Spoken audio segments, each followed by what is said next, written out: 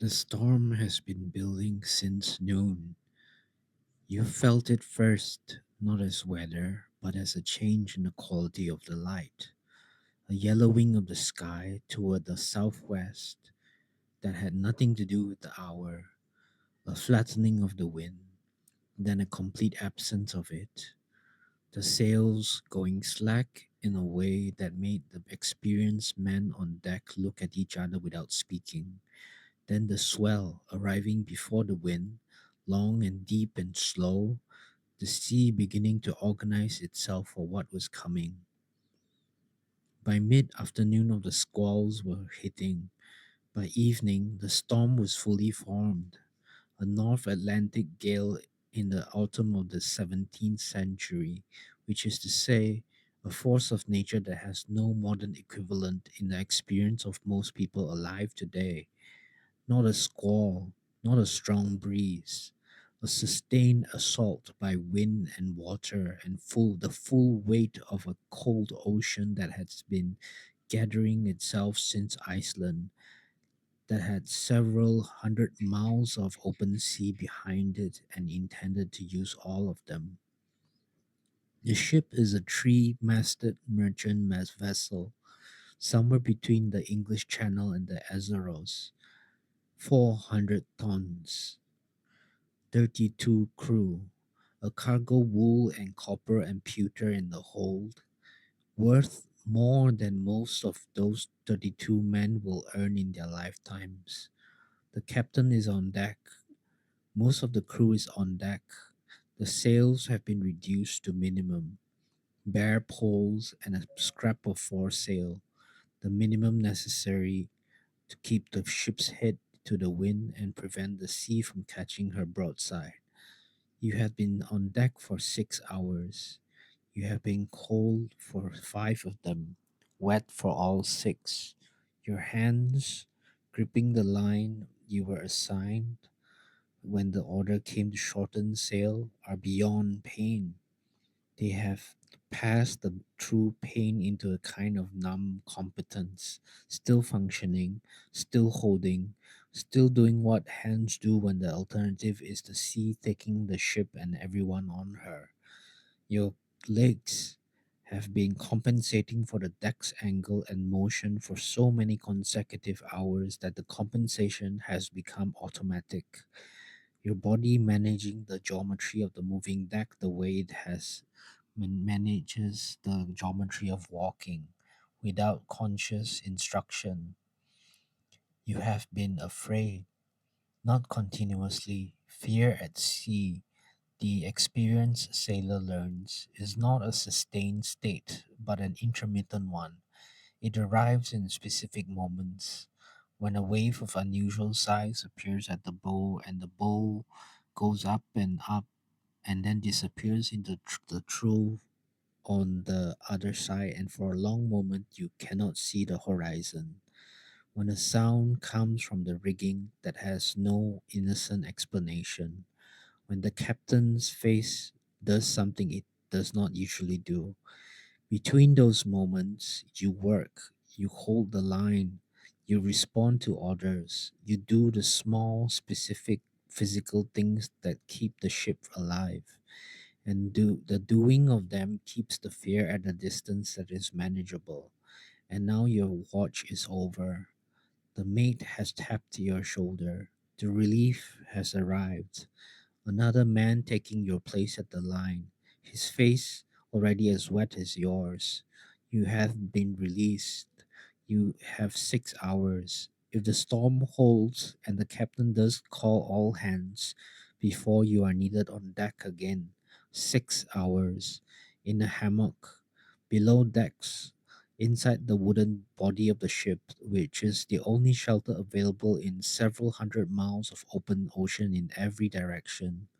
You are going to sleep, not because you are not afraid, not because the storm has passed, it has not, not because the ship is safe. Safety in this context is a relative term applied to situations that are merely less dangerous than others. You are going to sleep because you have been trained by long experience to do something that most human beings in most circumstances cannot do, to close your eyes inside a violent storm, in a vessel being thrown around by the ocean, with the sounds of the ocean arriving through the wooden hull in all their unfiltered power, and to rest, not despite the storm, inside it. Before we go below decks together, settle into wherever you are right now. Feel the surface beneath you. It is not moving. It is not cold. It is not wet. Whatever difficulties the day brought you, you are not currently in a North Atlantic gale in the 17th century. And for that tonight, you may feel something like gratitude. If the quiet adult is a useful part of your nights, consider subscribing. Drop your location and local time in the comments. I read everyone. Now, the hatch is above you, ahead of you. The storm is behind you. Let's go below. To understand what it meant to sleep in a storm, you first have to understand what the storm actually was. The word storm, applied to conditions at sea in the age of sail, covered a range of experience so wide that it is almost misleading to use a single word for all of it. On the Beaufort scale, a system of wind classification developed in the early 19th century but codifying distinctions that sailors have been making for centuries. A storm was winds of between 48 and 55 knots. A violent storm was 56 to 63. A hurricane was 64 and above. What does 55 knots feel like on an open ocean? It feels like the world has decided to move. Not the wind moving through the world, but the world itself in motion. The air and the water and the sky all participating in a single enormous event whose scale dwarfs the ship completely. A 400-ton merchant vessel, which seems large and solid in a harbor, becomes, in a North Atlantic storm, an object of trivial dimensions, a splinter of wood on a surface that extends in every direction into the horizon, a horizon that is itself moving, rising, and falling in swells that can reach 10, 15, 20 meters from trough to rest. The sound is the thing that most surprises people who have not experienced it. The storm is loud in a way that is qualitatively different from loud as most people understand it. It is not a single loud thing, it is a totality of loud, a sustained roar that occupies every frequency of the human ear can detect and several that it cannot, that arrives not just through the ears but through the chest, through the soles of the feet, and through the hands gripping of whatever they are gripping. The wind in the rigging alone produces a range of tones: high, hysterical shrieking at the thinnest lines, a lower moan at the stays, a deep trumping bass note at the masts themselves, that together constitute something closer to the orchestral performance than a weather event. The spray, a breaking wave in a serious storm, does not simply throw water into the air, it atomizes water, reduces it to a horizontal rain of droplets so fine and so dense that it is breathed as much as encountered, that gets inside clothing before clothing can resist it, that stings exposed skin with the specific pain of 1,000 simultaneous small impacts. Sailors in heavy weather wore tarred canvas, the oilskins of the period, but no clothing of the 17th century was truly waterproof against sustained storm spray. After 6 hours on deck in a gale, a man was wet to the skin regardless of what he wore. The cold, The North Atlantic in autumn runs between 10 and 15 degrees Celsius at the surface, and the wind at 50 knots against the wet skin pulls heat from the body at a rate that produces the early stages of hypothermia within hours of sustained exposure. The sailors of the period were not aware of this. They understood cold as a serious and sometimes fatal risk, and their strategies for managing it were practical and carefully maintained. But understanding it and defeating it were different things.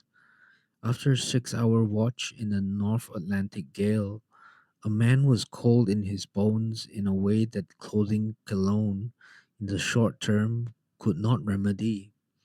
And the motion of a sailing ship in a heavy sea is not the regular, predictable rocking that the word rocking implies.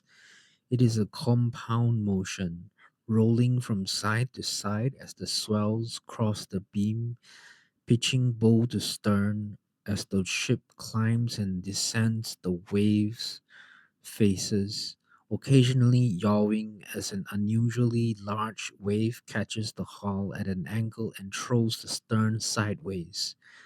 These motions occur simultaneously and at different frequencies and in shifting phase relationships with each other, so that the deck beneath your feet is never predictably angled or predictably moving. It is always in the middle of multiple simultaneous changes of angle and speed and direction. Standing on such a deck requires continuous, unconscious calculation. The body adjusts constantly, shifting weight, bending at the knee, using the arms for balance. After hours of this, the muscles of the legs and the core are fatigued in the specific way that sustained balance work produces. Not the sharp fatigue of heavy lifting, but the grinding fatigue of sustained low level effort that has been going on for so long it has become invisible. This is the body that it is going below decks, wet, cold, tired in the bones, muscles taxed by hours of balance work, hands beyond normal sensitivity, ears still ringing with the storm's noise. A body that has been tested thoroughly and that has, to this point, met every test. A body that has earned the right to rest, if rest is something that can be found in the belly of a ship in a storm that has not yet decided to let anyone go. Sleep at sea in the age of sail was not a comfort, it was a discipline. The watch system that governed life aboard every British and Dutch merchant and naval vessel from the 16th century onward divided the crew into two groups, the larboard watch and the starboard watch, and alternated them on 4 hour rotations through the 24 hours of the day. 4 hours on deck, 4 hours below, 4 hours on, and 4 hours below. Every day, every night, regardless of weather, regardless of sea state, regardless of how the 4 hours on deck had gone. The logic was unassailable. A ship under sail required constant attention. The sails needed trimming as the wind shifted. The helm needed manning at all times. The lookout needed fresh eyes at regular intervals because fatigue degraded the visual acuity that the ship's only early warning system in conditions of limited visibility. The pumps needed manning.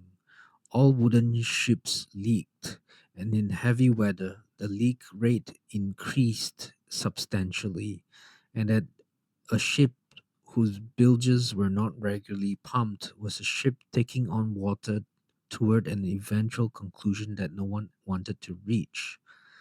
The watch system meant that the crew of a vessel at sea was never at full strength and never at full rest.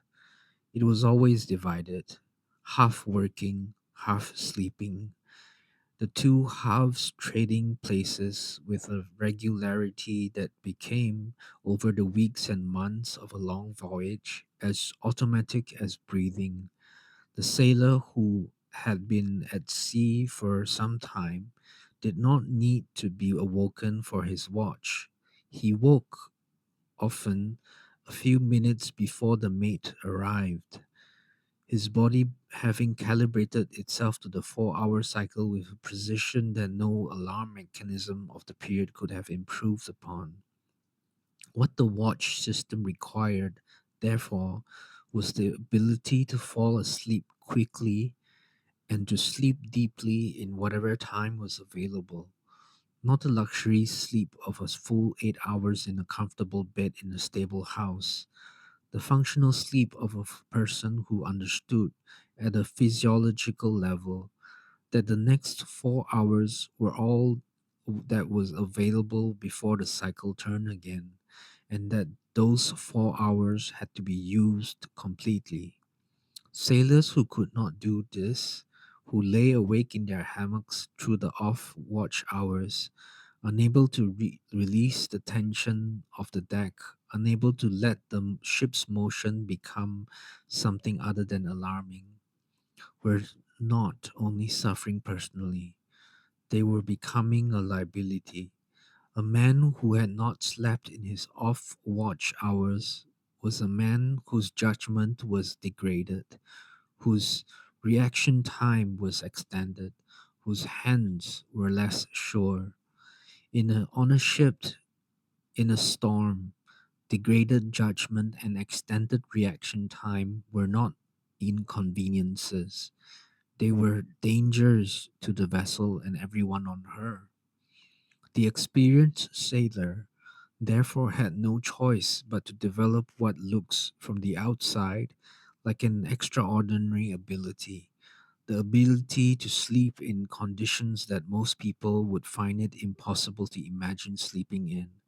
Rolling, pitching, spray wet, cold, with the sounds of the storm arriving through the hull, and the knowledge that the deck above required their presence again in 4 hours.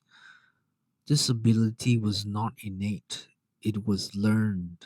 It was built over months and years at sea through the accumulated experience of many off watches in many conditions, through the body's gradual education in the specific quality of rest available aboard a working vessel, through the development of a relationship with the ship's motion and the sound that transformed them from threats to be endured into conditions to be inhabited. The first voyage was the hardest.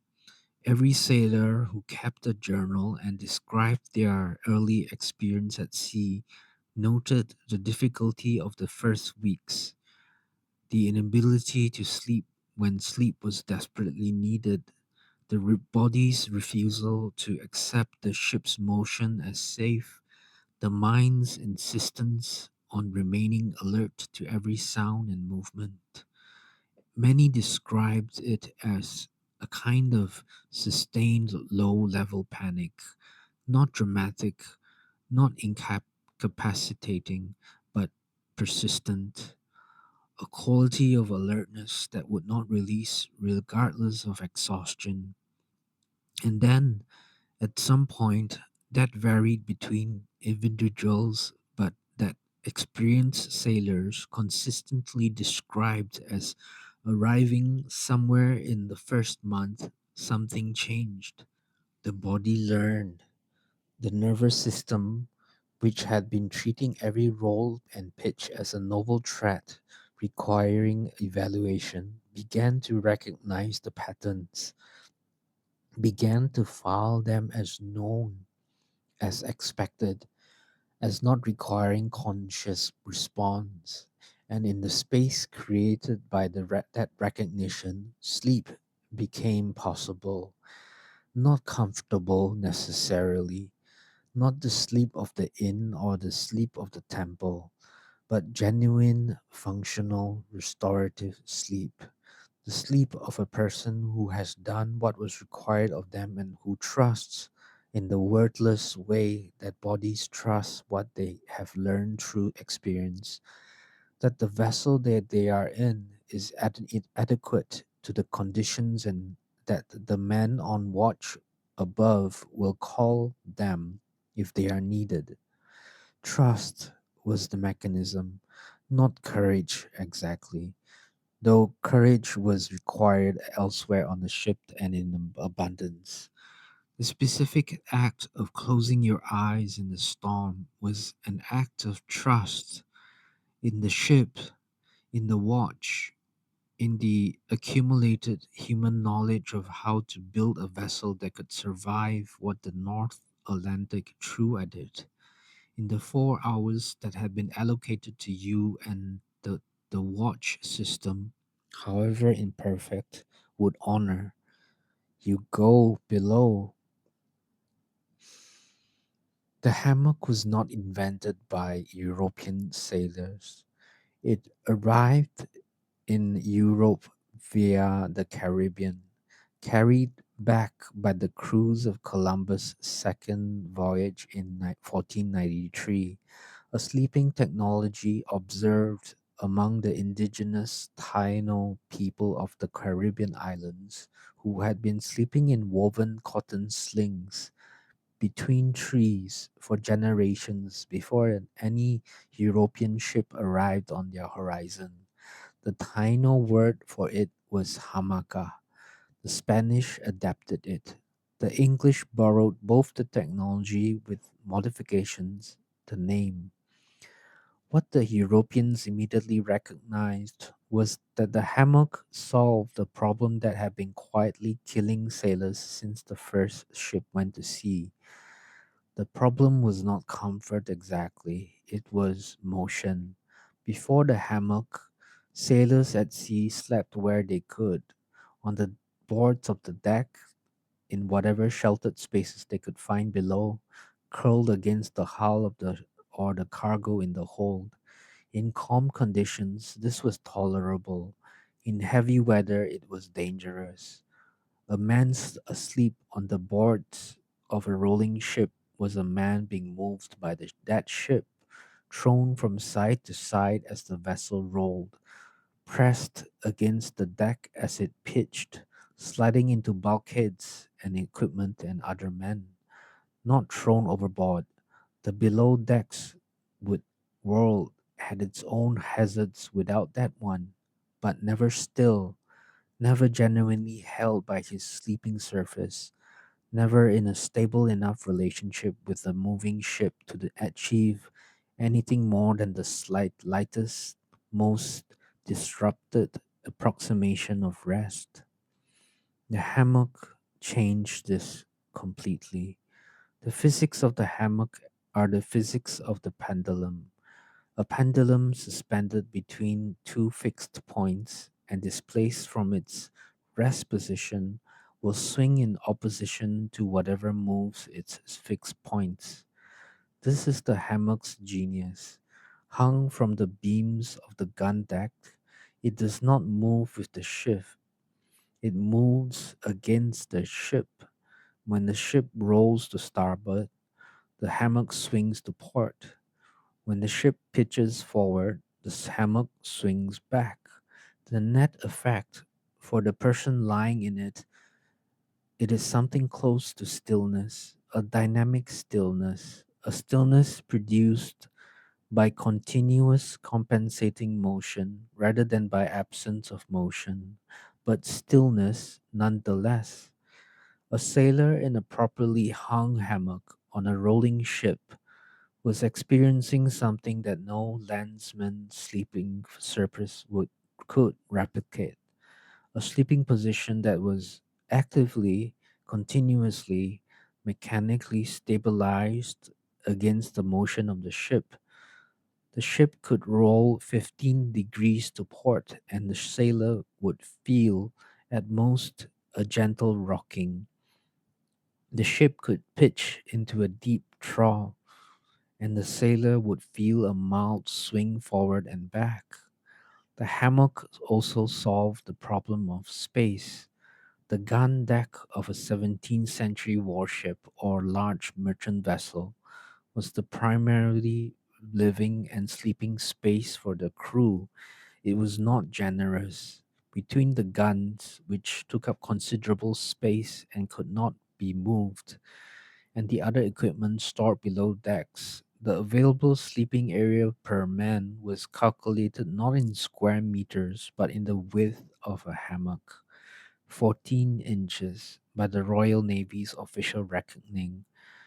The amount of horizontal space allocated to each man for the purpose of sleeping. 14 inches is not wide.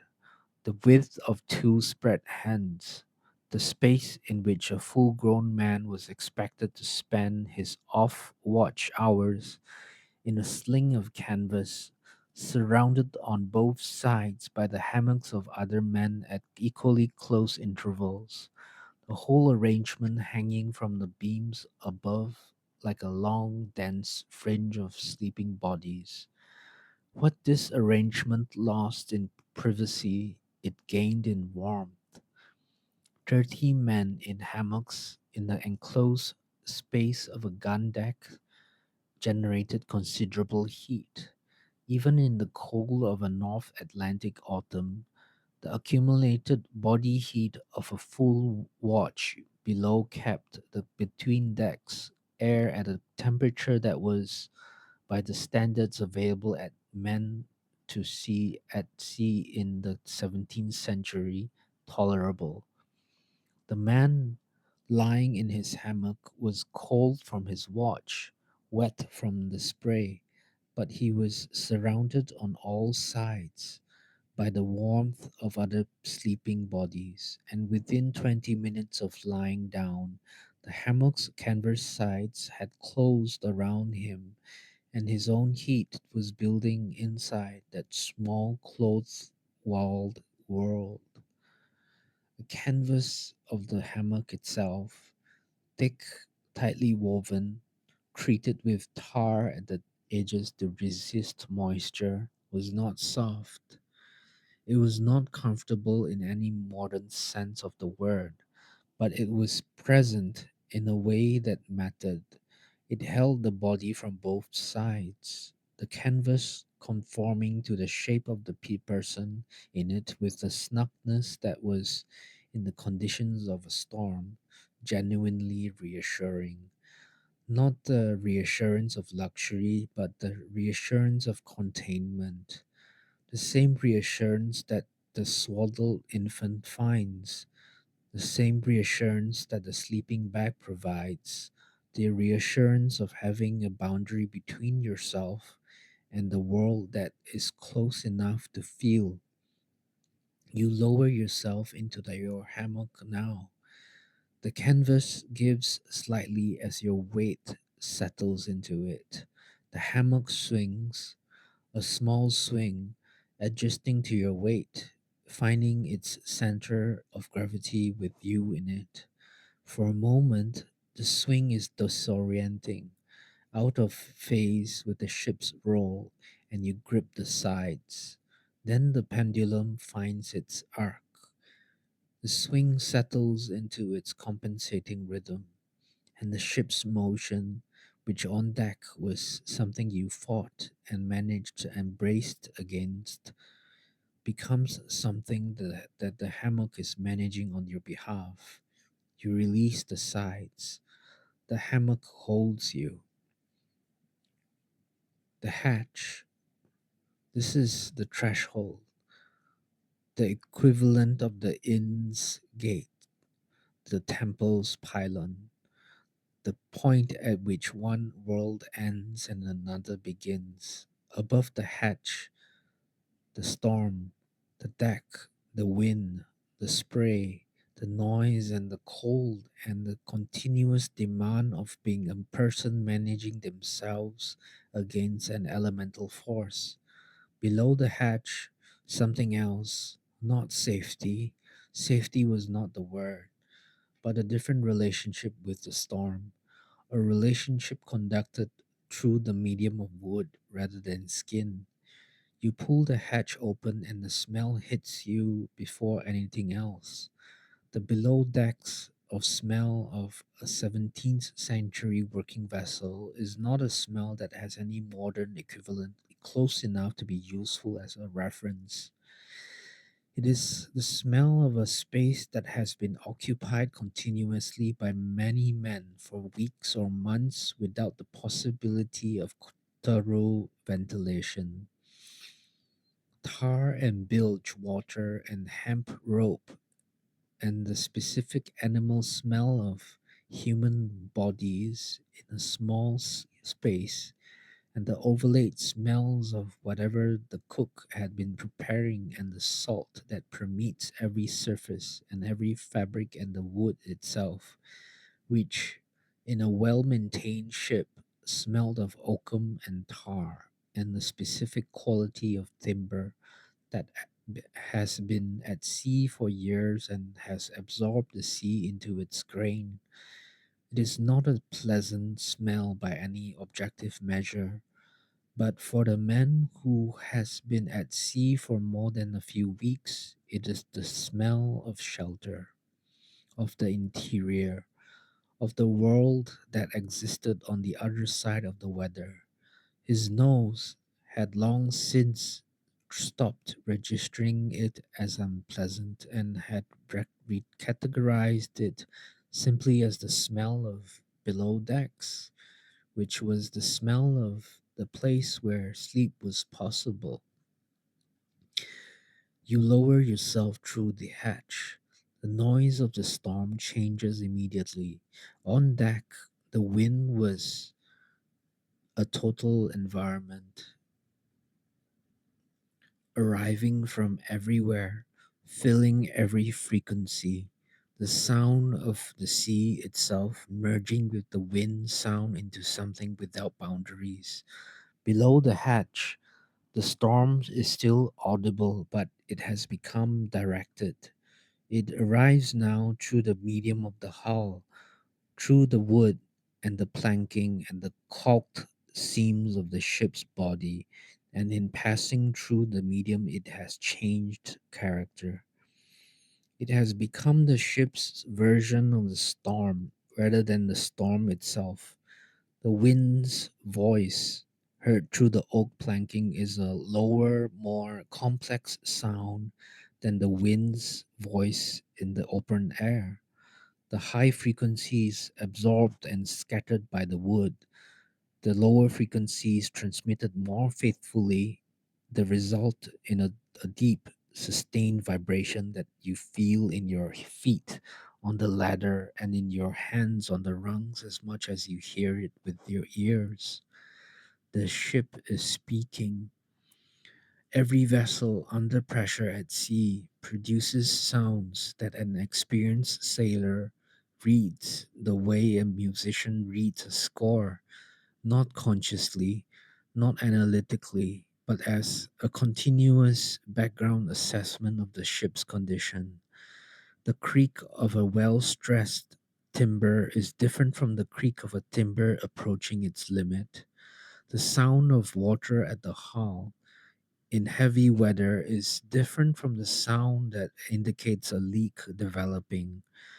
The rhythm of the pumps, audible through the ship's structure at all times, tells the man below decks where the men at the pumps know whether the ship is making water faster than it can be expelled, whether the situation is stable or developing. You are reading these sounds as you descend. You have been at sea long enough to know this without effort. The ship is stressed. The sounds tell you that clearly. The deeper groaning of the hull timbers under the lateral pressure of wind and sea, the heightened frequency of the pump rhythm, but it is not telling you anything that the experienced part of your mind classifies as alarm. It is the sound of a ship working hard, The sound of a vessel doing what it was built to do, in conditions it was built to survive. You reach the gun deck. The space stretches ahead of you in the dimness, lit by a few swinging lanterns whose flames lean and recover with each roll of the ship, casting moving shadows across the low beams above and the rows of hammocks. The guns are lashing against the hull, their black iron bulk motionless relative to everything else. Between the guns, the hammocks, some already occupied, the shapes of men in them rising slightly from the surrounding darkness, the canvas swaying in gentle arcs that move in the opposite direction of the ship. The sound in here is not quiet. The storm is still present, muffled but not silenced, transmitted through the hull in its complex bass frequencies. The ship's working sounds continue, the creak and groan of timber, the rush of water along the outside of the hull, audible as a sustained hiss at close range, the occasional deeper sound when a large wave strikes the hull broadside and the whole structure shudders in a way that sends a pulse through every surface and every body in the space. And beneath all this, the sounds of the men in their hammocks, the deep, unconscious breathing of those already asleep, the occasional murmur, the shift of canvas as someone turns. It is loud, it is dark, it smells of everything below decks smells of.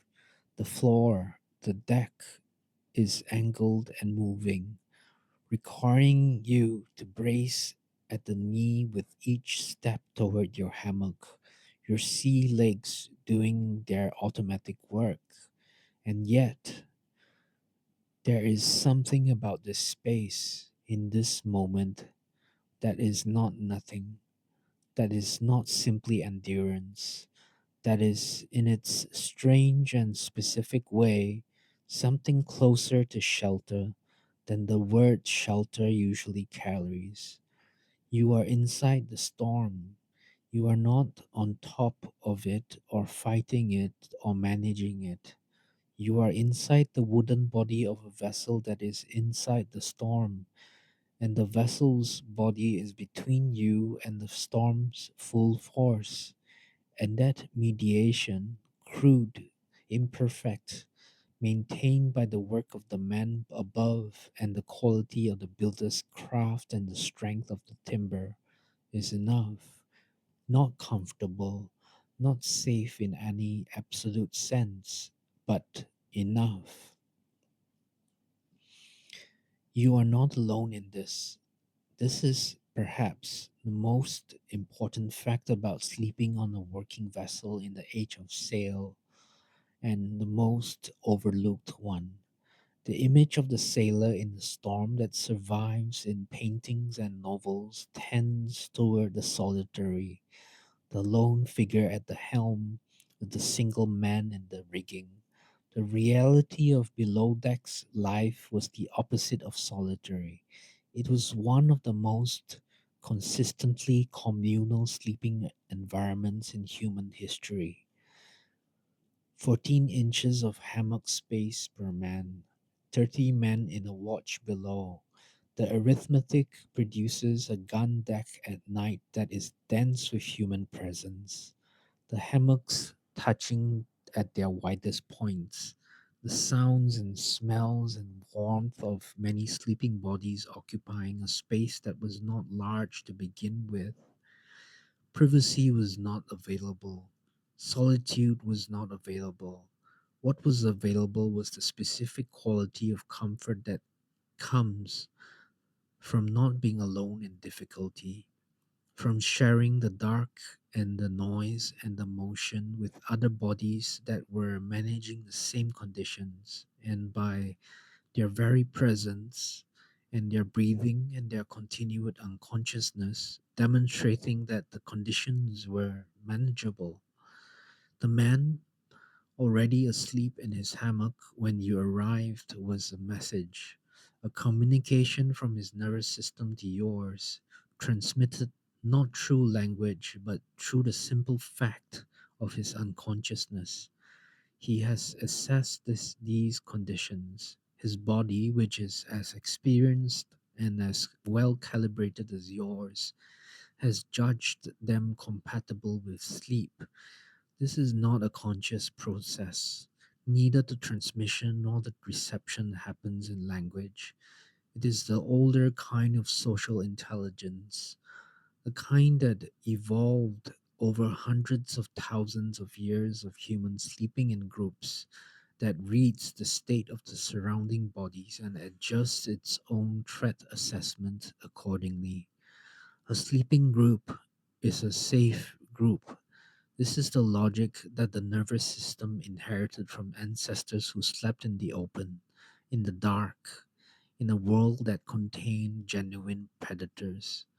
If the others are sleeping, the threat level is low enough to permit sleep. If they are awake and alert, it is not. The man in the hammock beside you, breathing deeply and unconsciously, is not only keeping you warm, he is telling your ancient nervous system that it is permitted on this evidence to rest. The community of the gun deck extended beyond the merely physical. Men who had sailed together on multiple voyages, who had been through storms together before, who knew each other's habits and capabilities and breaking points, formed bonds that the conditions of the sea both created and tested. The man who had held the line beside you for 6 hours in the gale tonight was the man whose hammock swung beside yours now. The shared experience of the deck was present in the space between the hammocks, not spoken of, not necessarily to speak of, but there, a quality of mutual recognition that required no articulation. Sailors of the period wrote about this quality of their journals and letters with a consistency that suggests it was not incidental. The companionship of the watch, the below decks brotherhood, the specific form of trust that only the sea and its demands could create. These appear again and again in the surviving accounts, described in language that is often simple and sometimes surprisingly tender. Hard men writing hard about something that the hardness of their life had made more rather than less precious to them. You find your hammock. It is your hammock, not assigned by any written rule, but established by the custom that govern every aspect of below deck's life. The same hammock in the same position relative to the beams above and the guns below that has been as yours since the voyage began. You know its particular hang, the slight asymmetry of its canvas. That means your weight settles slightly to the right. The specific worn spot at the head where the canvas is thinner and softer. You know it is the way you know your own bed, not as a luxury, but as a known thing in an environment where known things were few and valued. You climb in. The men on either side of you are already asleep. You can hear their breathing, slow, deep, the specific quality of breathing that belongs to genuine sleep rather than a shallow, guarded breathing of wakefulness trying to pass as sleep. Their hammocks touch yours at the widest point, a contact so slight it is barely felt, but felt.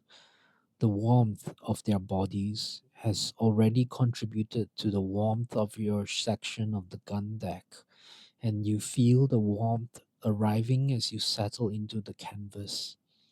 The hammock closes around you, and you are, in the specific and sufficient sense, available on a ship that, at sea in a storm, held.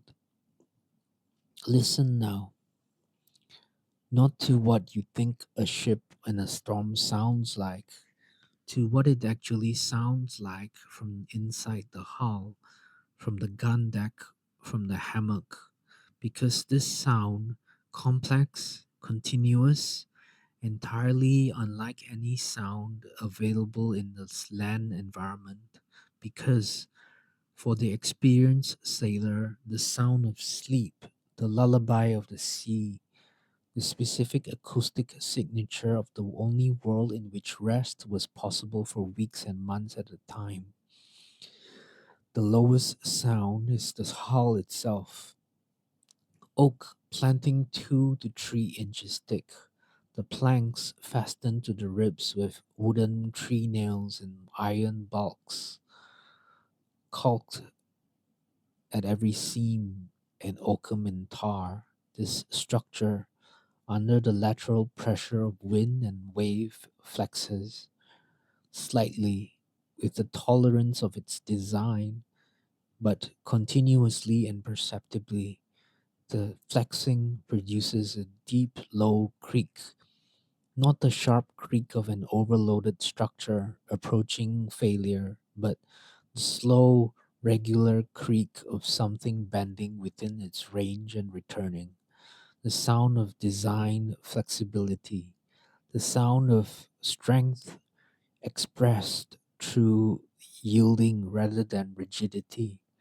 Above this, the water, the rush of water along the outside of the hull is audible from the inside as a sustained hiss, the sound of the sea sliding past the planking at which whatever the speed of the ship is making through the water.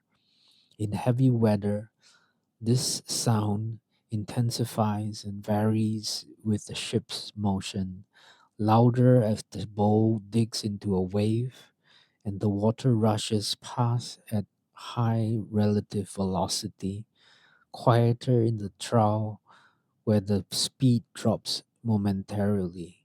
It is the continuous sound through that the ear eventually stops processing as individual events and begins to hear as texture, the texture of the water world through which the ship is moving.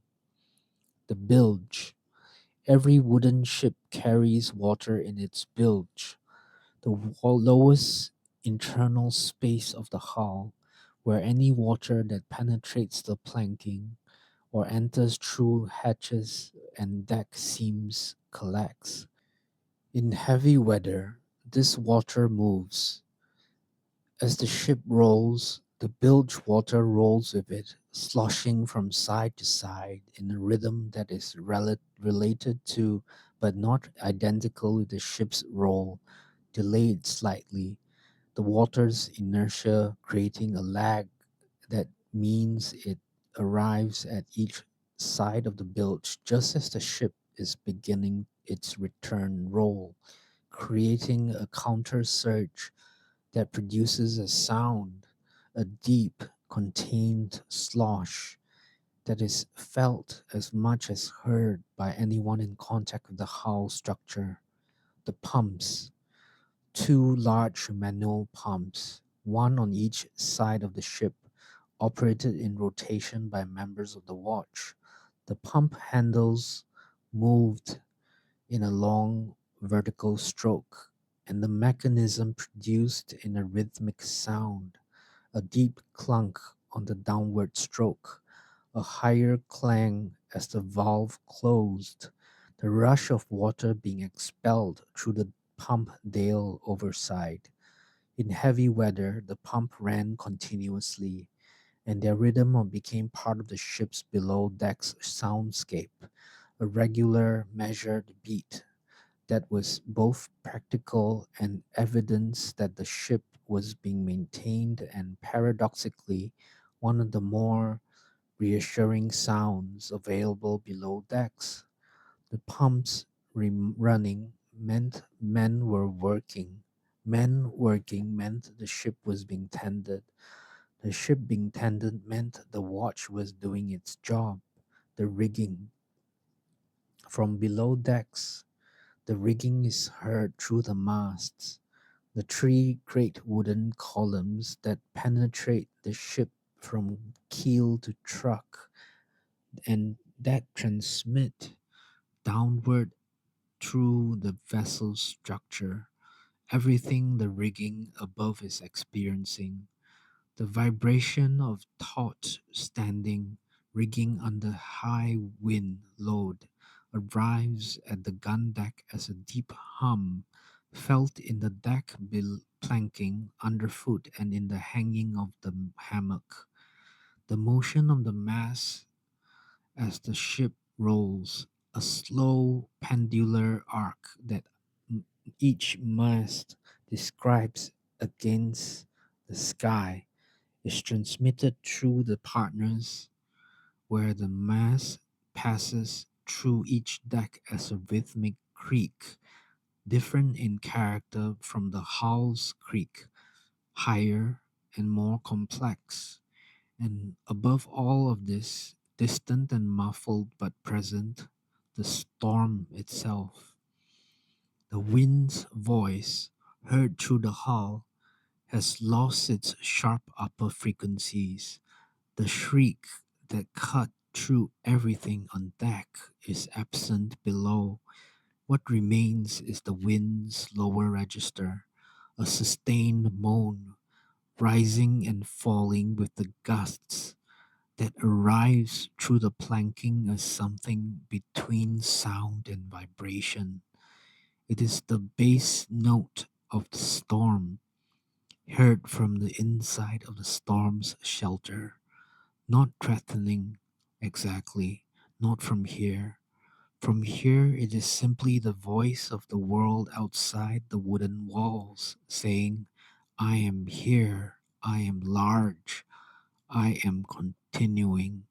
The ship is between you and me, and the ship is holding. These sounds, individually analyzed, constitute a formidable acoustic environment. They are loud, they are complex, they overlap and interfere in any other context, in a land building, in a vehicle, in any enclosed space.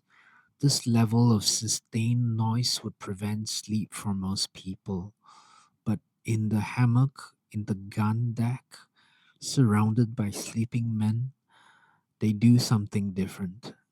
They become the signature of place, the acoustic fingerprint of the specific environment in which sleep is available.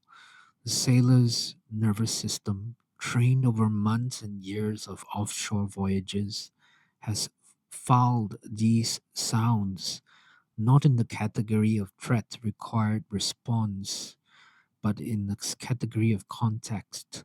The context in within which rest is not only possible, but correct. The sounds mean you are below decks. The watch is above. The ship is working. Your time is not yet. Sleep. The hammock is swinging, not erratically, with the ship's motion, which has its own logic even in the midst of what appears from the outside as chaos.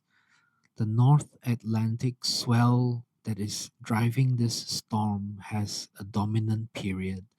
The average time between one wave crest and the next of approximately 10 to 15 seconds.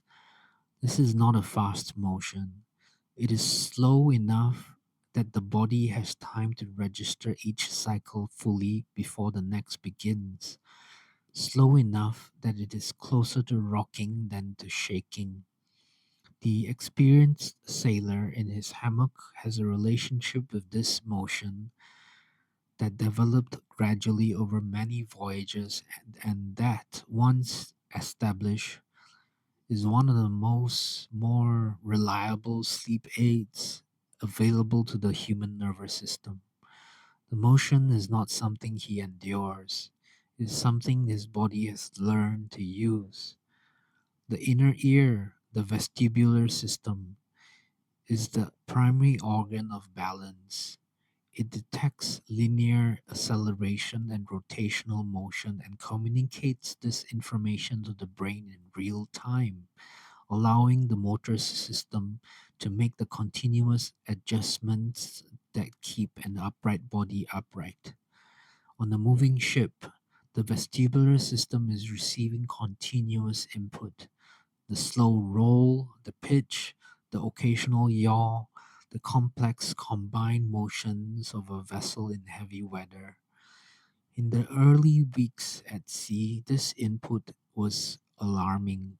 The vestibular system reported motion. The brain registered that motion as potentially destabilizing. The motor system attempted to respond, and the result was the specific discomfort of seasickness, the body's protest at an environment whose motion its calibration had not yet accommodated.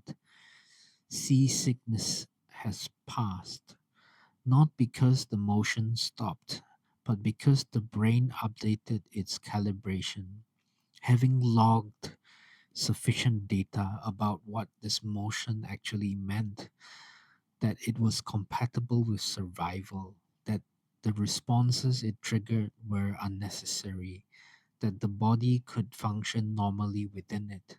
The brain reclassified the ship's motion from threat to context, and once reclassified as context, the motion became something different, something that the body could work with rather than against.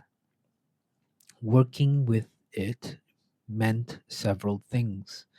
It meant that the muscles responsible for balance, the same muscles that had been working hard on deck for 6 hours, could release their sustained activation. The body no longer needed to be ready to respond to each roll because it had learned that the roll was predictable in its character and not dangerous in its range. The letting go of that readiness was itself a form of rest, the beginning of the physical release that the hammock was designed to complete. It also meant that the motion itself could also become a sleeping aid. The slow rocking of a hammock in moderate sea conditions was well understood by sailors who had experienced it and by the physicians who occasionally traveled on naval vessels and recorded their observations as conducive to sleep onset. The mechanism is not fully understood even today. There are competing theories about whether the rhythmic motion facilitates sleep through vestibular pathways, through its effect on sleep related brain oscillations, or through simple habituation. But the practical observation is consistent across centuries and cultures. Gentle rhythmic motion promotes sleep. In a storm, the motion was not gentle. It was heavier and less regular than the mild rocking of calm water sailing. But the principle held, and the experienced sailor's calibrated nervous system extended its validity. Even the heavier, less predictable roll of the storm sea, was within the range of what the body has learned to accept. Not comfortable exactly, but acceptable. In the acceptance, in the body's learned willingness to move with the ship rather than against it, something like comfort was achieved. You feel the hammock's arc, long and slow. The ship rolls to starboard. The hammock swings to port. The pendulum's compensation.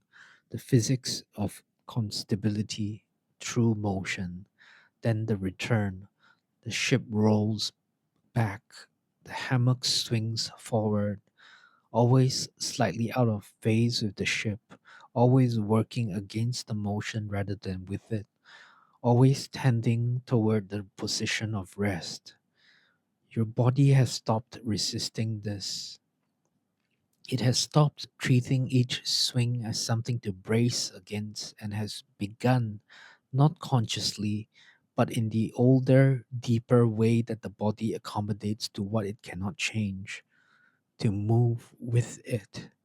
Your weight shifts slightly in the canvas with each arc.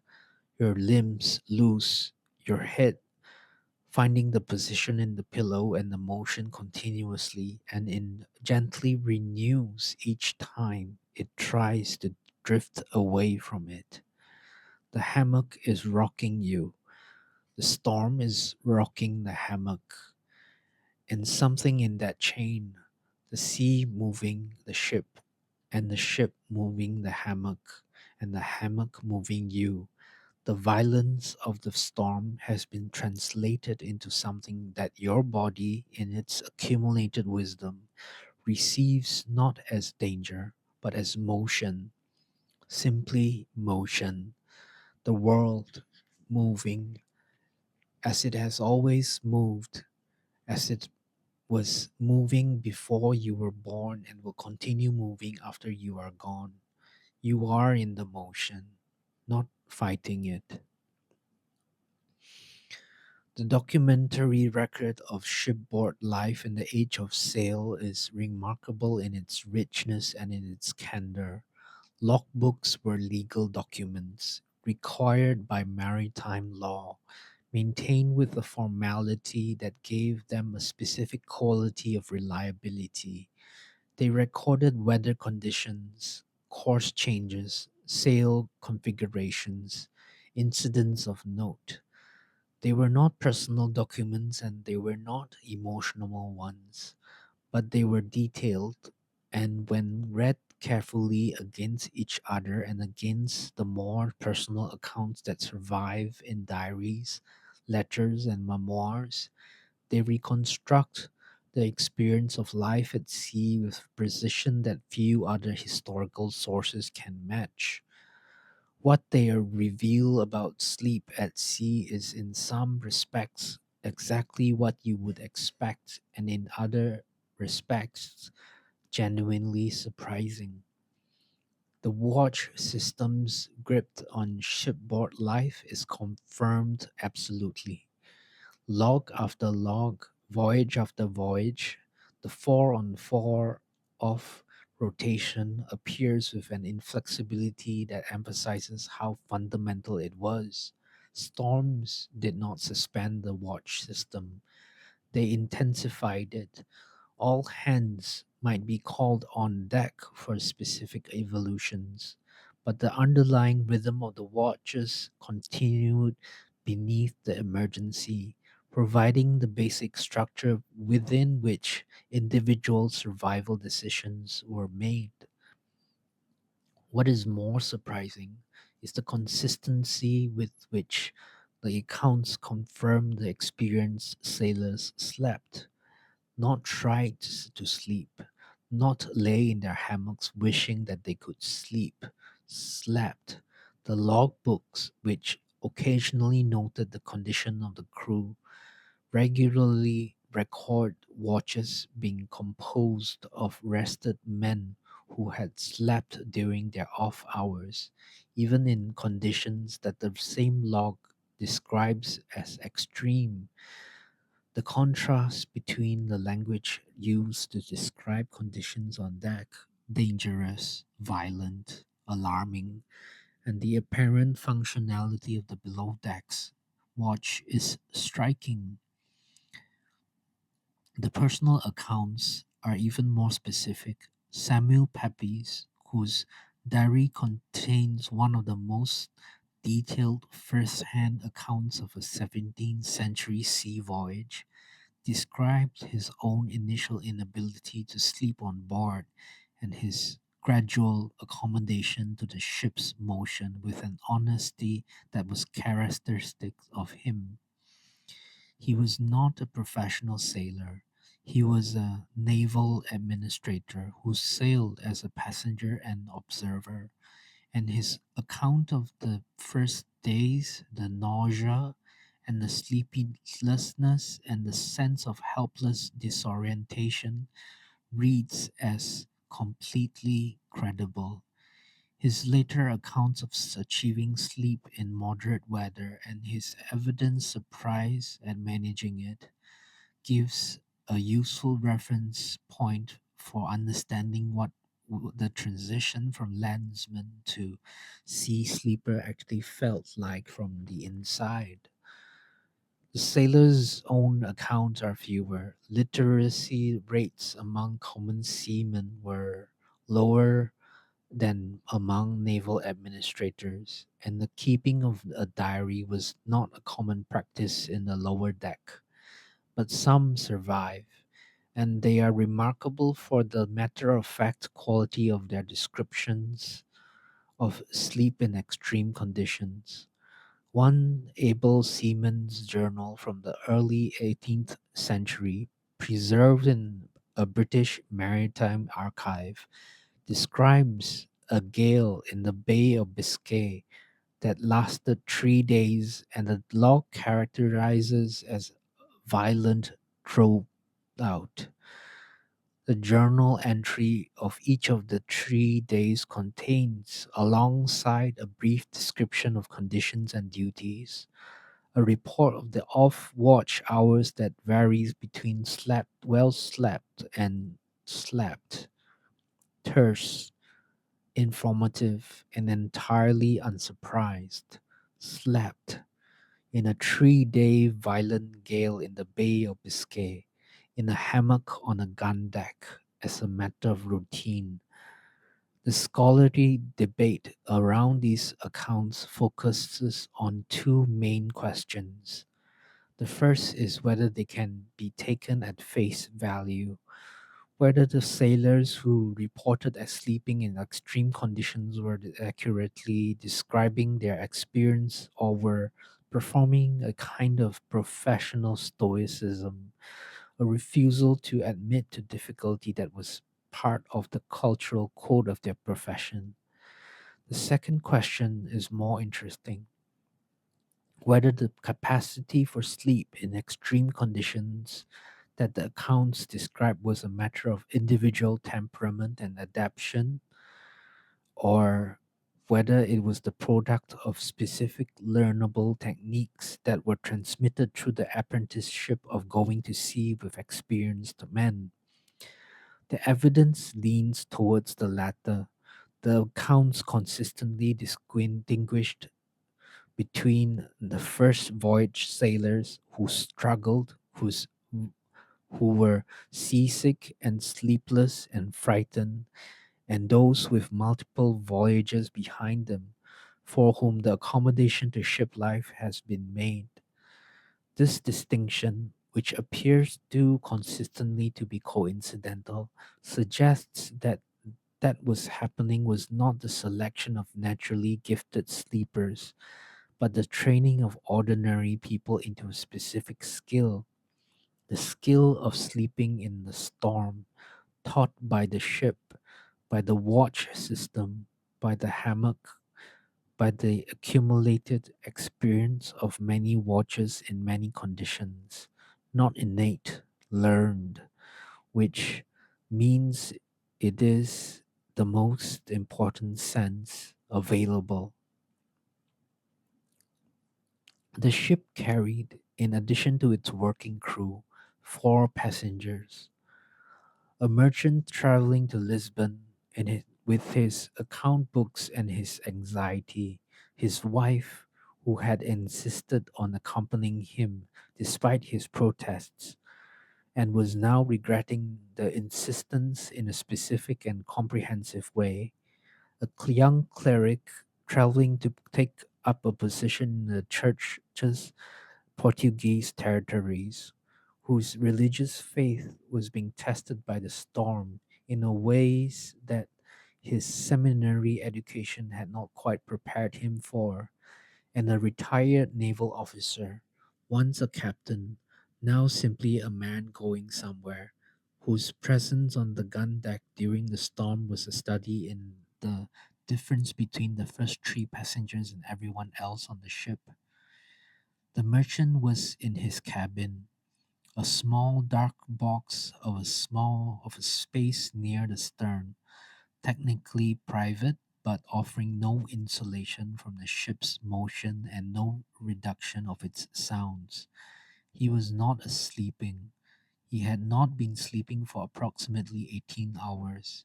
He was braced in his bunk, a fixed wooden shelf, not a hammock. The merchant class accommodation that was theoretically superior to the crew's hanging canvas was in practice considerably worse in heavy weather. With one hand gripping the bunk's edge, the other pressed against the hull, as though his personal resistance was all that stood between the ship and catastrophe. His experience of the storm was the unmediated experience of a man who, with this was entirely outside the range of what the nervous system had been prepared to process. Every sound was alarming. Every roll was the precursor to the final roll. Every wave that struck the hull was a demonstration that the sea's strength was vastly greater than the ship's, and that any outcome other than the immediately sinking was simply luck that was running out. He was not wrong about any of this in a strictly logical sense. The sea's strength was greater than the ship's. The ship's survival depended on factors that he could not control. The margin between a manageable storm and a fatal one was real and not infinite. His terror was, in strictly logical terms, appropriate to the situation. What he lacked was the thing that logic could not provide, the embodied knowledge that this was survivable. Not the intellectual belief that the ships survived storms.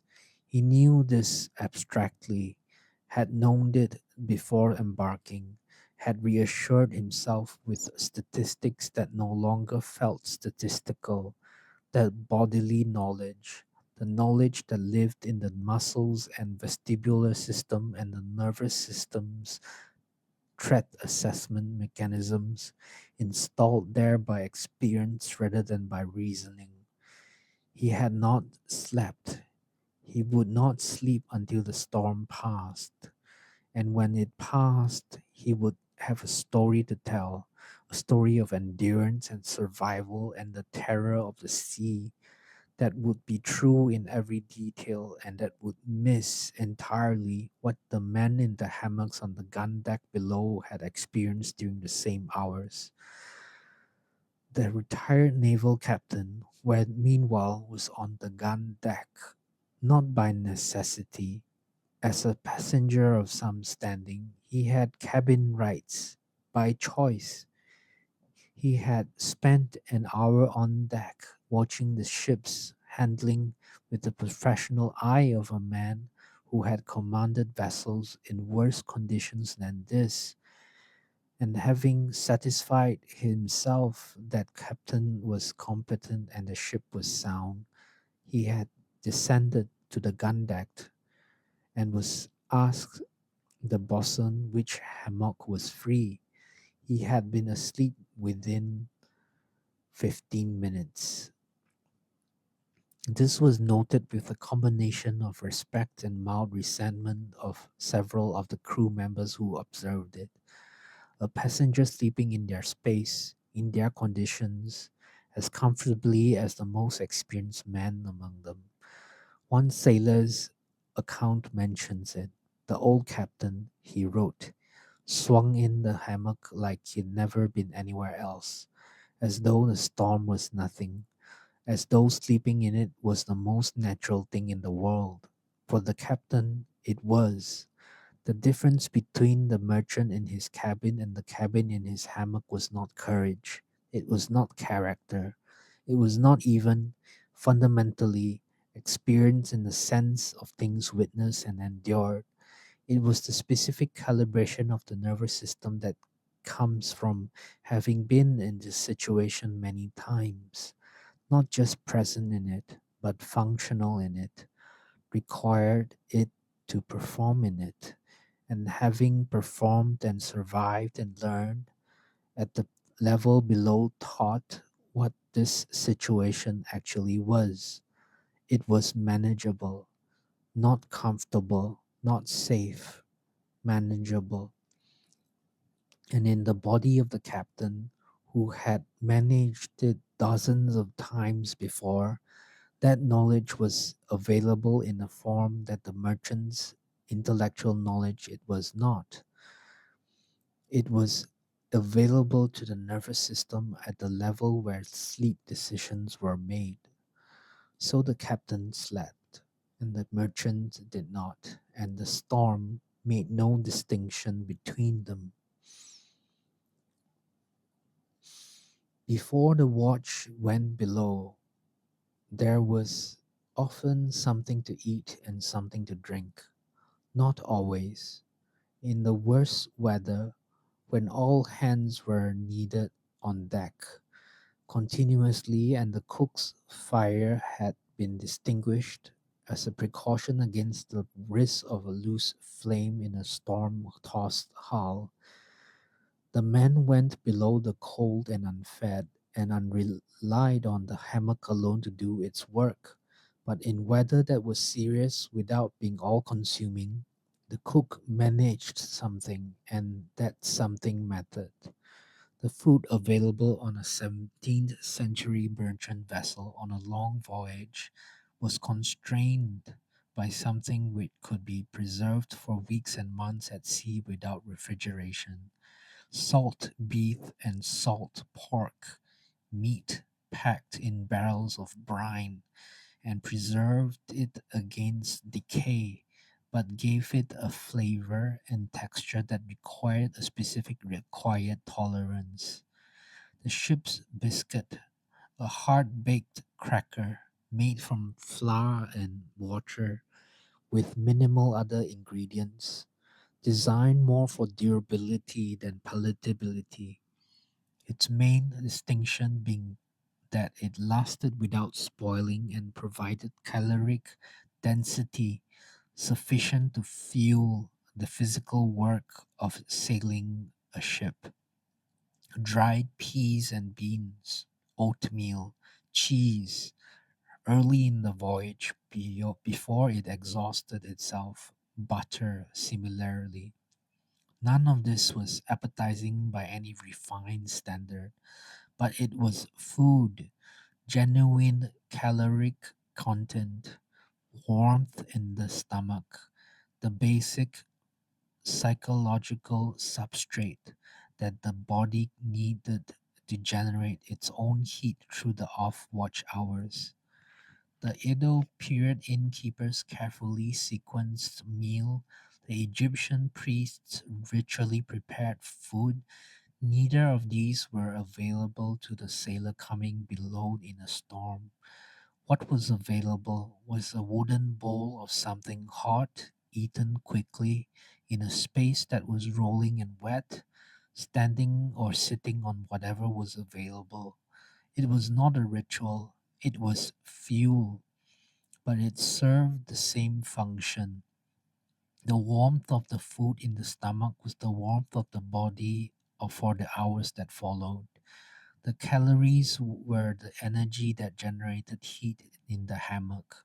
The act of heat eating, however unceremonious, was a transition, a small ritual of release, a small moment of doing something for the self rather than the ship, a signal to the body from that the period of outward directed effort was ending, and the period of inward directed recovery was beginning. And then the rum ration on British naval and many merchant vessels of the period was issued daily, a measure of diluted rum mixed with water into what was called grog, distributed to each man as a matter of established custom and eventually official regulation. It was issued at specific times, typically around midday and again in the evening, and its role in shipboard life was complex, part nutrition, part morale, part pain management, part the social lubricant of a confined and often difficult communal existence. Its effect on sleep was understood empirically, if not pharmacologically. Alcohol in moderate doses reduces the time it takes to fall asleep and produces an initial deepening of sleep that was off-watch sailor experience as the ability to go under quickly and stay under through the early hours of the off-watch period. Its later effects, the disruption of the deeper sleep stages that characterizes alcohol's influence on the sleep cycle, was not understood in the 17th century and were probably invisible in the context of a 4 hour off watch period that was going to be interrupted by the watch's change regardless. For the sailor coming below in a storm, the rum's primary contribution was warmth, internal warmth, arriving within minutes of consumption, spreading outward from the stomach in a way that complemented the hammock's external warmth and the body's heat of the surrounding sleepers.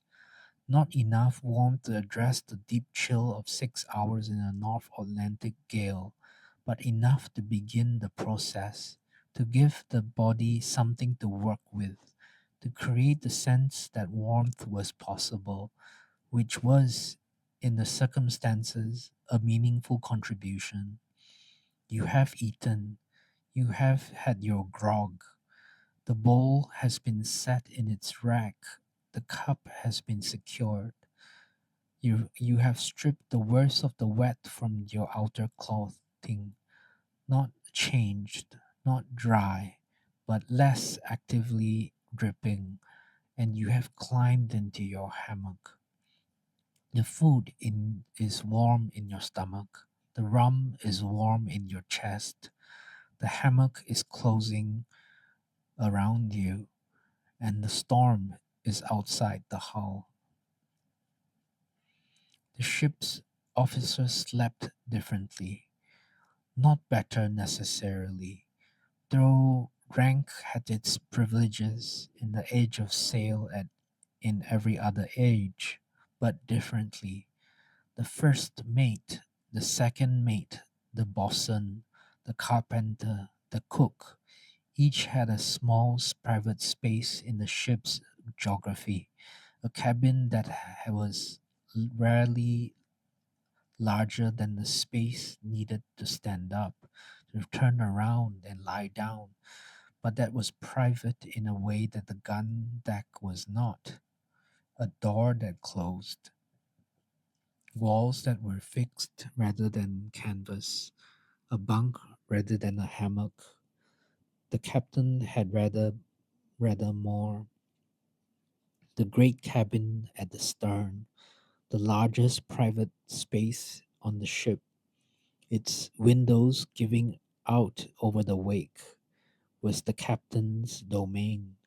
On a large merchant vessel or warship, it might contain a fixed table, a proper chair, a bookcase of charts and reference works, and a bunk that was, by the standards of the period's ships, almost comfortable. In heavy weather, none of this was straightforwardly advantageous. The stern of the ship in the following sea, which was not the sailor's preferred point of all sail in heavy weather, but which conditions sometimes imposed, was the most violently moving part of the vessel. The captain's great cabin, with its wide stern windows, was also part of the ship's most vulnerable to the following waves, and the history of Age of Sail navigation contained numerous accounts of following seas breaking through the stern windows and flooding the great cabin with several tons of cold sea water. The captain's elevated status, expressed in his spacious quarters, came with a specific and serious weather vulnerability. The fixed bunk has its own disadvantages in storm conditions. Unlike the hammock, it did not compensate for the ship's motion. It moved with the ship, rolling when the ship rolled, pitching when the ship pitched, and occasionally throwing its occupants against the bunk boards when the motion was abrupt enough. The officers who had grown up on the gun deck and had been promoted to cabins sometimes reported preferring the hammock in heavy weather, slinging their hammock in their cabin, or even asking permission to use a gun deck hook rather than endure the bunk's rigid correspondence with every wave. The captain himself rarely slept properly during a serious storm, regardless of where he slept. The responsibility of command, the continuous awareness that his judgment might be needed at any moment, that the watch on deck was his watch in the ultimate sense, that every decision made was made in his name, created a specific quality of wakefulness that no degree of physical exhaustion could entirely override. He rested in his chair, often not the unguarded unconsciousness of the hammock, but the lighter sleep of a man who has not entirely let go, whose ears remain tuned to the sounds of the ship above the ordinary storm sounds, who would be on his feet and through the cabin door in the time it took the first mate's voice to form the first syllable on his name. This is a different kind of sleep from what we have been describing, not the sleep of surrender. The sailor in the hammock who has done his duty and releases the watch to those above and trusts the ship to hold.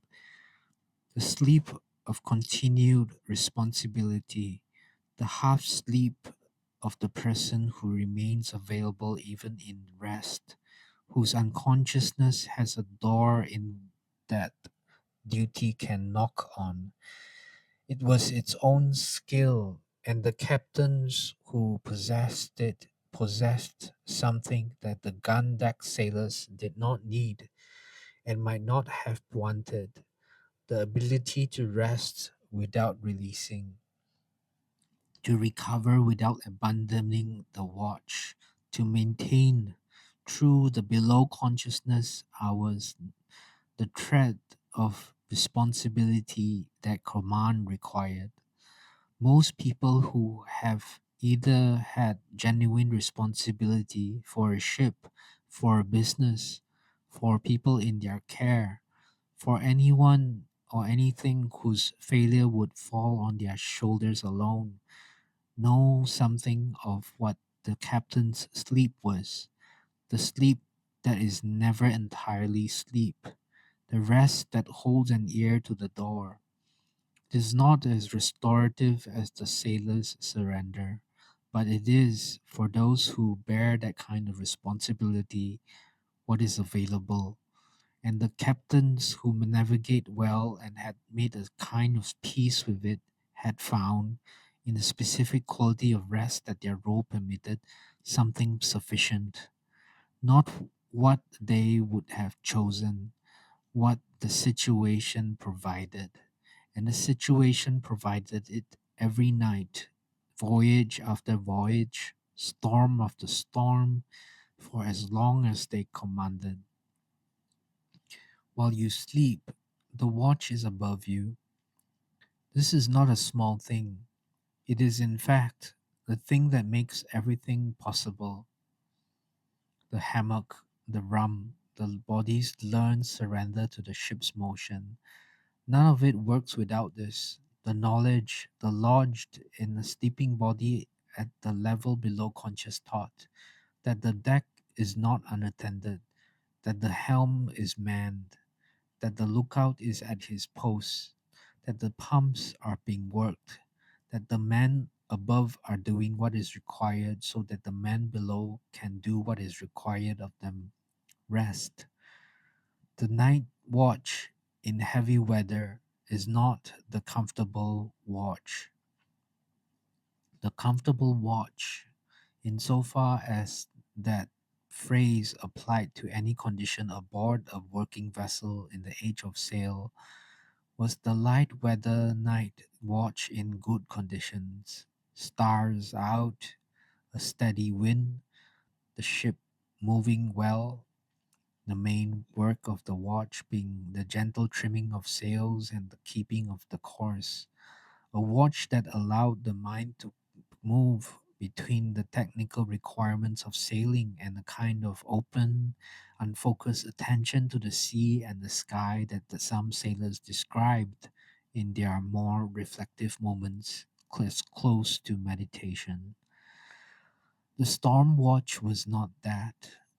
The storm watch was sustained physical and mental effort, managing reduced sail in conditions that made every movement on deck a calculated risk, maintaining the course that the captain had set against a sea that was continuously trying to push the ship off it, watching for the specific threats that the heavy weather produced, a blocking carrying away in the rigging, a sail beginning to tear along a seam, a wave of unusual size approaching from an unusual angle, the sound that would indicate the pumps were not keeping pace.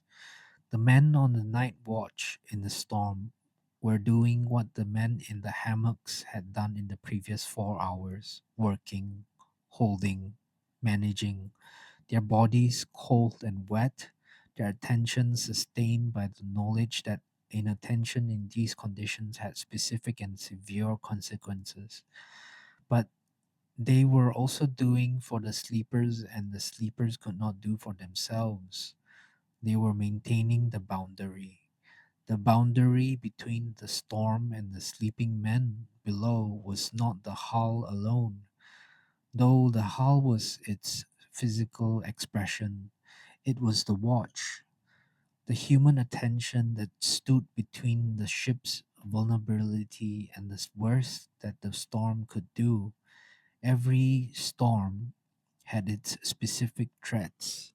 The gust that might take a mast if the sail was not reduced in time, the sea that might broach the ship if the helm was abandoned for a moment, the wave that might make find an unsealed hatch and pour into the below deck spaces where the sleepers lay. Against each of these threats, the watch stood. The sleepers trusted this, not naively.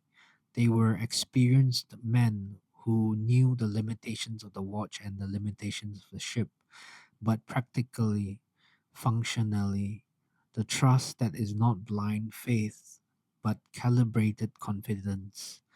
The watch has done this before, and the ship has done this before, and I have done this before. And the evidence of that accumulated experience is that the system works well enough to sleep in. The watch changed at the 4 hour mark. The bosun call, a particular sequence on his pipe that penetrated the below deck's noise without difficulty, a sound that the sleeping man's body responded to before their minds registered it, signaled the end of the watch, off watch, and beginning of the next rotation. Men in the hammocks stirred, sat up, swung their legs over the canvas edge. Men on deck, released from their post, moved toward the hatch.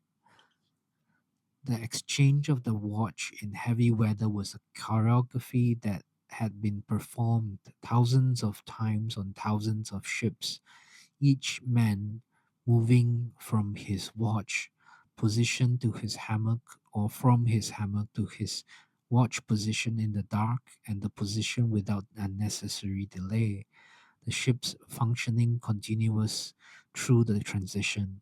The below decks whirled briefly full of the movement of both the watches before separating again into those going up and those going down. And then the hatch closed, and the newly below watch was in their hammocks, and the storm continued above, and the watch above was fresh, and the watch below was resting, and the ship continued its work through the North Atlantic night. There is a particular quality to the moment when a storm begins to release its grip. It does not announce itself. The storm does not decide to end and then end. It dins from the edges, from the highest frequencies above. First, the shriek in the rigging dropping by a fraction, the spray arriving less continuously, the waves losing something at their tops. The total noise level does not change dramatically at first, but its quality changes. Something in the sound's upper range softens. The edge comes off it. Experienced sailors felt this before they heard it. The body, which had been calibrated to the storm's specific signature for many hours, registered the first departure from that signature, not as a thought, but as a physical change, a slight reduction in the sustained tension that the storm's full presence had been maintaining in the musculature, a relaxation so small it was almost beneath notice, but that the body registered as significant. The storm is easing, not over, not safe, but easing, becoming, by barely perceptible 8 degrees, less than it was. The waves still large, the wind still strong, the ship still working hard, but working toward conditions rather than against them, the swell beginning to lose its viciousness, the spray arriving at longer intervals, the ship's motion changing its character slightly, still heavy, still complex, but with the first hints of a rhythm less driven by fury and more by memory of fury. The ship's the sea working through what the wind has impressed upon it. In the hammocks, this registered as a change in the sound arriving through the hull. The deep moan of the wind through the planking softened by fractions. The rush of water along the outside of the hull varied its pitch slightly. The ship beginning to find a more cooperative relationship with the sea, the pump rhythm which the bosun had been driving hard for hours was maintained. The damage, if any, had been done, and the level in the bilge was not assessed until daylight.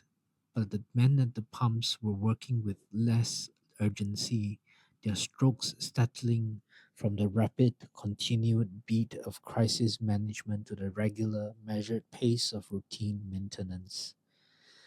Some men woke at this change, not because of a threat has arrived, but because something had departed. The specific quality of sustained alertness that the storm's peak had maintained, even in this sleep, had been released, and the release itself was perceptible. They woke briefly, assessed the changed quality of the sounds, noted the easing with the wordless satisfaction of a body that has been braced for hours and has now been given permission to unclench, and went back to sleep, deeper this time.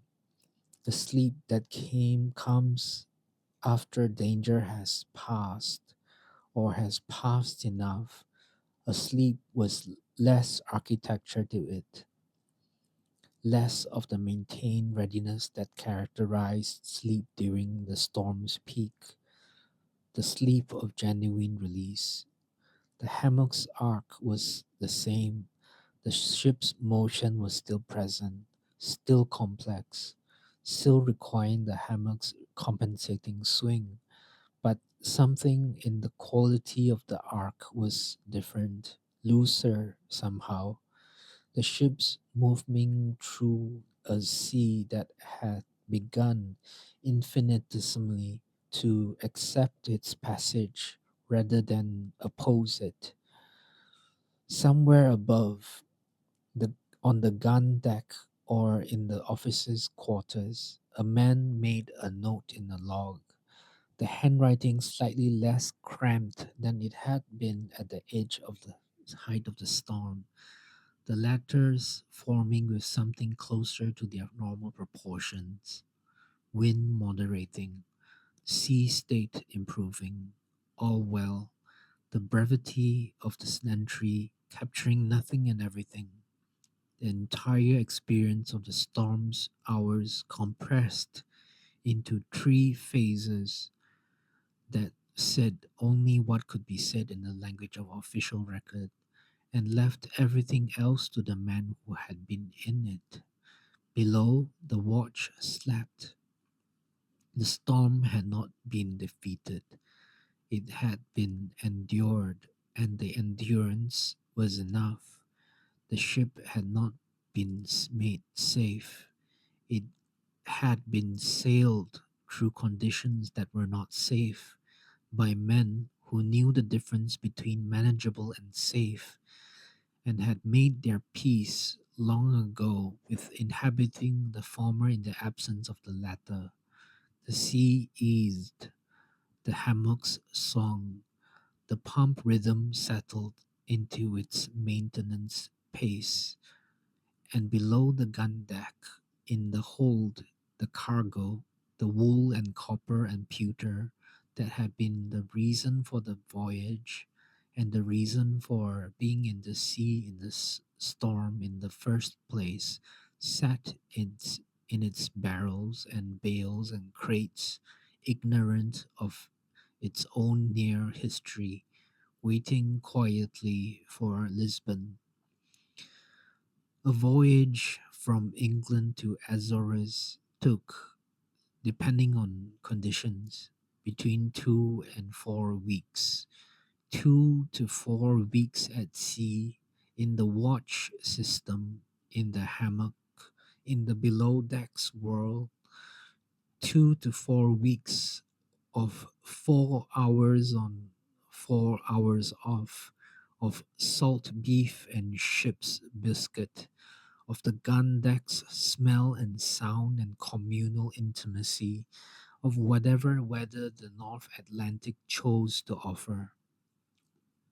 A long voyage to the East Indies, the route that made fortunes and killed men and opened the modern world, took 6 months, 8 months, occasionally longer. Ships that went out in the spring might not return until the following year, if they returned at all. The men on those ships spent those months in the world we have been describing tonight. The same watch system, the same hammock, the same below deck sounds, the same accumulated experience of the sea in all its states. What did sleep mean accumulated over that span? It meant survival. At the most basic level, the watch system that made sleep non optional also made it, over the long voyage, the primary mechanism by which the body maintained its functional capacity. The 4 hour off watch was not merely rest, it was the repair cycle, the period in which the body addressed the accumulated damage of the on watch hours, the muscle stress, the cold exposure, the caloric deficit, the cognitive fatigue of sustained attention in demanding conditions, and prepared itself for the next rotation. Without this, men broke down. The logbooks and the journals of long voyages are consistent in recording the deterioration of crew members who, for various reasons, illness, injury, disciplinary punishment, extreme weather that collapsed the watch system, were deprived of adequate sleep over extended periods. Their judgment degraded first, their physical strength followed. Their ability to manage the social and emotional demands of the confined shipboard world, always strained, always requiring effort, failed next, producing the quarrels and insubordination and breakdowns that the ship's log recorded as incidents of discipline. Sleep on the long voyage was not merely physiological maintenance. It was the psychological maintenance of a person under conditions that placed continuous and extreme demands on the psychological as well as the physical self. The hammock's 4 6 hours were the hours in which the self was restored to the capacity to continue being the self, to continue being functional, cooperative, competent, capable of the sustained effort that the ship required. Over months at sea, the below decks would become something that is difficult to convey from the outside. A home, not a comfortable home, not a chosen home, not a home that any of its inhabitants would have selected freely from among other options, but a home in the deepest functional sense, the space where rest was possible, where the body was known and held, where the sounds and smells and motions were familiar to have become the texture of existence rather than its interruption. Men who had been at sea for many years sometimes described going ashore as disorienting. Not the disorientation of the newly arrived, the seasickness of the land, the legs that continued their bracing motion on stable ground, though that was present too, but a deeper disorientation, the strangeness of a bed that did not move, the silence of a room without the house sounds, the odd quality of a warmth from a fixed fire rather than the accumulated body heat of a close quartered gun deck. They had been calibrated to the ship, and the ship, in its demanding and imperfect and often brutal way, had become what the body knew as normal, as the context within which sleep was possible, as in the only sense that mattered at the level of the body's deepest accommodation, safe. This is the final understanding that the storm offers. Safety is not the absence of danger, it is the presence of what you have learned to trust. The sailor in the hammock in the storm was not in a safe situation by any objective measure. He was in a situation that he had learned, not through a long experience, to trust enough to sleep in. The trust was not naive, it was specific, calibrated based on evidence the ship had held before. The watch had done its job before.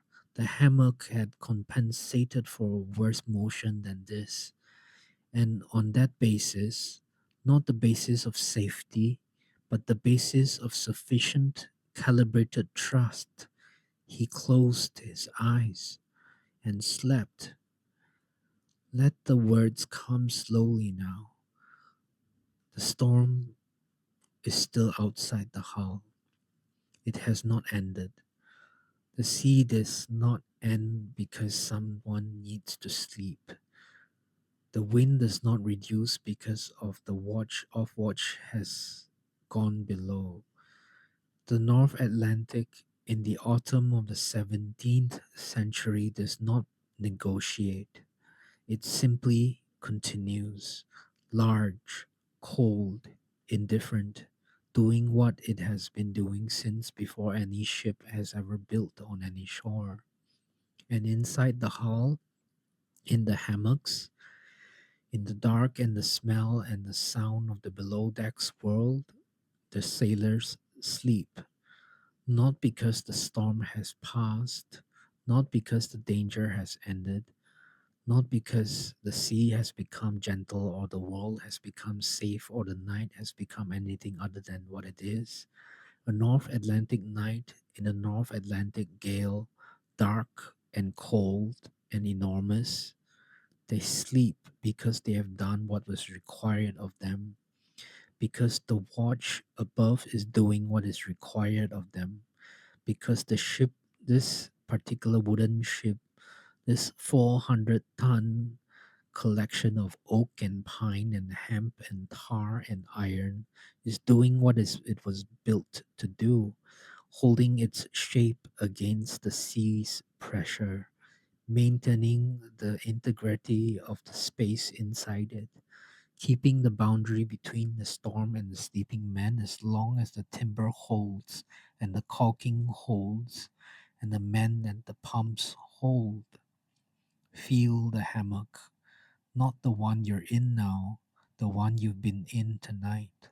The canvas sides close around you, warm with your own warmth, pressing gently at the shoulders and the hips, holding you in the specific way that only a structure that moves with you can hold. The ship rolls and the hammock compensates. The sea lifts the bow and the hammock swings back. The wind finds a new angle and the whole vessel shudders and the hammock absorbs it, takes the violence of it, translates it into something that the body can receive without alarm. The man in the hammock beside you breathes, slow, deep, entirely unconscious. His body has done this before, has been here before, in this dark, in this motion, in this sound, and his sleeping, unconscious body present beside you in the dark is communicating something that your own body hears and the response to below the level of any thought. This is manageable. This has been managed before. This will be managed again. The pump rhythm continues above, steady, measured, the sound of men working in the dark so that other men can rest, the sound of the watch doing its job, the sound of the system holding. Outside the sea, inside the dark, the hammock swinging it in its long, slow arc, compensating, always compensating, the pendulum's physics, doing what no act of will could do, making stillness out of motion, making rest possible inside the storm. You have been on deck for 6 hours. You have done what was required. The watch is above you. The ship is between you and the sea. The hammock is between you and the ship's motion. And the only thing left to do, the only remaining act of the voyage's long discipline, the only thing that the ship, the watch, the hammock, and the body's accumulated learning all pointing towards is this: release. Not because it is safe, not because the storm has passed, not because you are no longer cold or wet or tired in the bones, because you have earned it, because the watch is above, because the ship is holding, because the hammock's physics are doing what they were designed to do and will continue doing whether you help them or not. Because sometimes the most difficult and the most necessary and the most genuinely courageous thing a man can do is to stop managing the situation and trust that the situation will manage itself without them for these hours in the dark, while the sea does what the sea does, and the ship does what the ship does, and the sleeping body does that the deep work that only sleep permits. The pump rhythm, the howl's low voice, the hammock's arc, the breathing of the man beside you, the storm outside, the dark inside. You are in the hammock. The ship is holding. Sleep, sleep, sleep.